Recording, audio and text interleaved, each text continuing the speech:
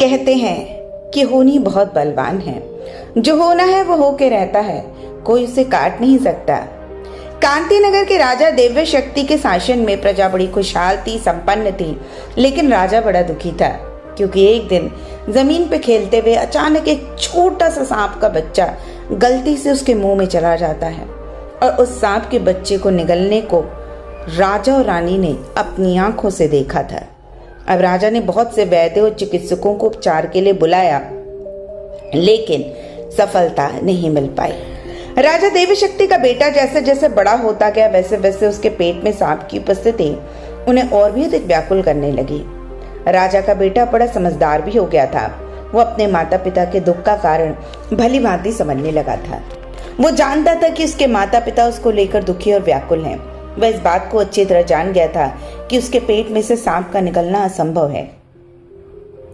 राजा के बेटे से अब अपने माता पिता का दुख सहन नहीं होता था, इसलिए उसने सोचा कि जब तक वह अपनी उनकी आंखों के सामने रहेगा वो दुखी ही रहेंगे। यह सब विचार करने के बाद मन ही मन उसने एक निश्चय लिया कि वो इस राजमहल से कहीं दूर चला जाएगा। एक दिन मौका पाकर राजकुमार ने राजमहल छोड़ दिया और रातों रात किसी दूसरे देश में चला गया।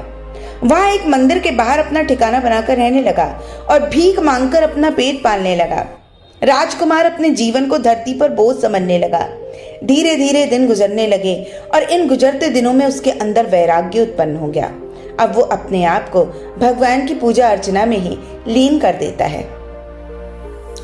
अब राजकुमार ने जिस देश में डेरा डाला था, उस देश के राजा की फूल के समान दो सुंदर कन्याएं थी, लेकिन दोनों कन्याओं का स्वभाव अलग अलग था। बड़ी लड़की ये मानती थी कि वो अपने पिता की कृपा से सुख भोग रही है और स्वयं राजा का भी यही मानना था कि उसके भाग्य की वजह से ही उनकी पुत्रियां सुखी हैं। उसका ये भी मानना था कि पुत्री ही क्या, सारी प्रजा उसके ही अच्छे कर्मों की वजह से सुख में है। राजा अपनी बड़ी बेटी से बड़ा खुश रहता था क्योंकि वह अपने मुंह से बार बार इसी बात को दोहराती थी कि वो इस संसार में यदि खुश है तो उसका सारा कारण उसके पिता हैं। वो अपने पिता के भाग्य की वजह से सुखी है। बड़ी बेटी के सुंदर व्यवहार को देखकर राजा ने उसका विवाह एक खूबसूरत राजकुमार के साथ कर दिया और उसको खुशी खुशी विदा कर दिया। लेकिन राजा की एक छोटी बेटी थी जिसका नाम था कामिनी। व्यवहार और सोच उसकी बड़ी बहन से बिल्कुल भिन्न थे। उसके व्यवहार से राजा प्रसन्न रहा करता था क्योंकि वो सोचता था कि वो भी अपने पिता की कृपा से सुख भोग रही है। लेकिन एक दिन जब उसका पिता अपनी पुत्री से पूछता है कि तुम अपने भाग्य का जो ये सुख भोग रही हो वो किसकी वजह से है, तो उसने कहा कि मैं ये जो सुख भोग रही हूँ वो ईश्वर की वजह से और मेरे भाग्य के लिखे का परिणाम है। तब उसकी इस बात को सुनकर वो राजा बड़ा दुखी हुआ। उसने अपने सेवक से कहा कि मैं अपनी छोटी पुत्री को दंडित करना चाहता हूँ, इसलिए इसकी शादी नगर के बाहर झोपड़े में रहने वाले भिक्षु से कर दी जाए। अब सेवक ने जब राजा की यह बात सुनी तो उसे लगा राजा अपनी पुत्री के साथ अन्याय कर रहा है, तो उसने राजा से कहा कि महाराज मुझे माफ करें, क्या ये राजकुमारी जी के साथ अन्याय न होगा? अब सेवक ने जब आश्चर्य भरे स्वर से पूछा, तब राजा ने सेवक से फिर वही प्रश्न पूछा कि तुम किसकी कृपा से राजसुख भोग रहे हो? सेवक ने कहा, महाराज आपकी कृपा से। तब राजा ने कहा, लेकिन मेरी बेटी इस बात को मानने के लिए तैयार नहीं है। उसका मानना है कि वह अपने भाग्य से और ईश्वर की कृपा से सुख भोग रही है।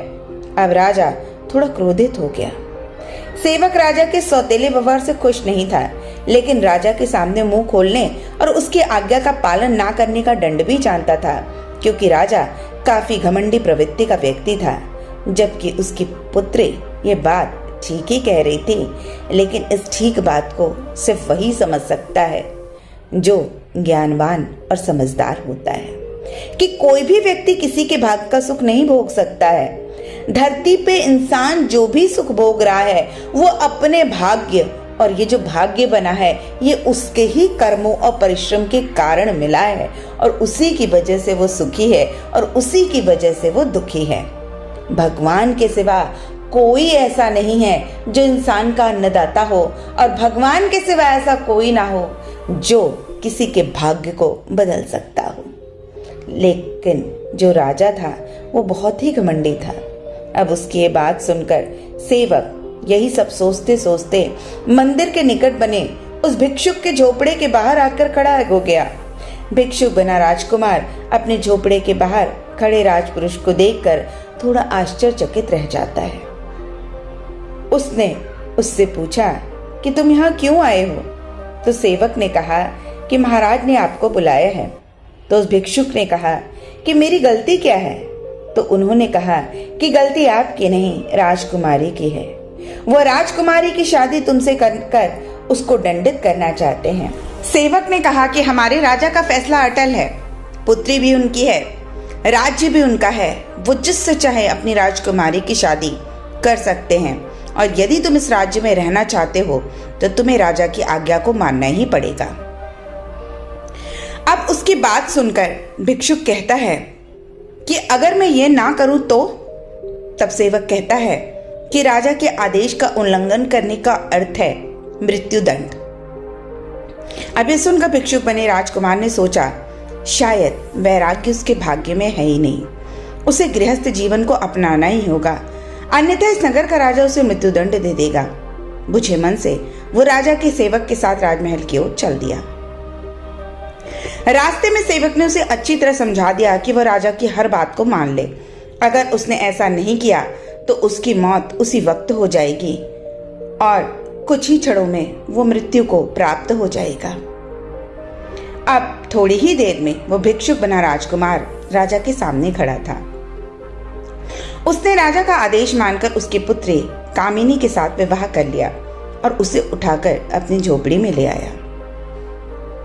राजकुमारी ने भी भिक्षुक को अपना कर्मफल मानते हुए अपना पति स्वीकार कर लिया। विवाह के कुछ दिन के बाद राजकुमारी ने अपने पति के साथ किसी अन्य नगर में जाकर रहने और वहां अपने पति को किसी धंधे में लगाने का निश्चय कर लिया।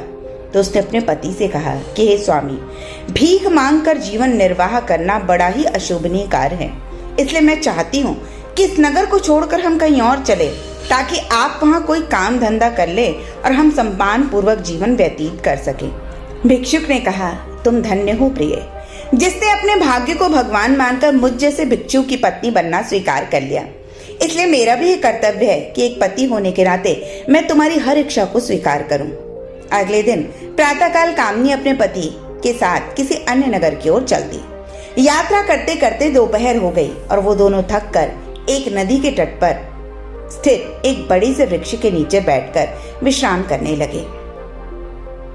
कुछ देर विश्राम करने के बाद कामिनी उठकर खड़ी हो गई और पति से कहा, आप यहीं विश्राम करें, मैं कुछ भोजन पाने का प्रबंध कर लाती हूँ। तब भिक्षुक ने कहा, ठीक है जाओ, लेकिन बहुत सावधानी से जाना। थोड़ी देर यात्रा करने के बाद वो राजकुमार थक चुका था, इसलिए वो लेट गया और कुछ ही देर में उसे नींद आ गई। जब उसकी पत्नी लौटकर आई तो उसकी आंखें आश्चर्य की अधिकता से फटती चली गईं, क्योंकि भिक्षुक सो रहा था और उसके मुंह पर भीतर से सर्प हवा खाने के लिए अपना मुंह बाहर निकाले हुए बैठा हुआ था।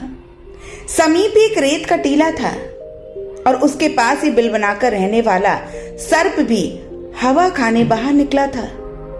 बिल से बाहर निकले सर्प ने भिक्षुक बने राजकुमार के मुंह से झांकते सर्प से कहा कि तुमने एक मानव के पेट में घुसकर उसका जीवन नरक जैसा क्यों बना रखा है? तुमने एक राजकोष को क्यों गंदा कर रखा है? तब पेट वाले सांप ने क्रोधित होकर बिल वाले सांप से कहा, शायद किसी को ये बात मालूम नहीं कि पुरानी कांजी और काली सरसों को पीसकर गर्म जल के साथ पी लेने से तुम्हारी मृत्यु हो सकती है। अब बिल वाले सांप ने अत्यधिक क्रोध में कहा, और किसी को यह मालूम नहीं कि गर्म और खौलते तेल को तुम्हारे बिल में डालने से तुम भी मर सकते हो।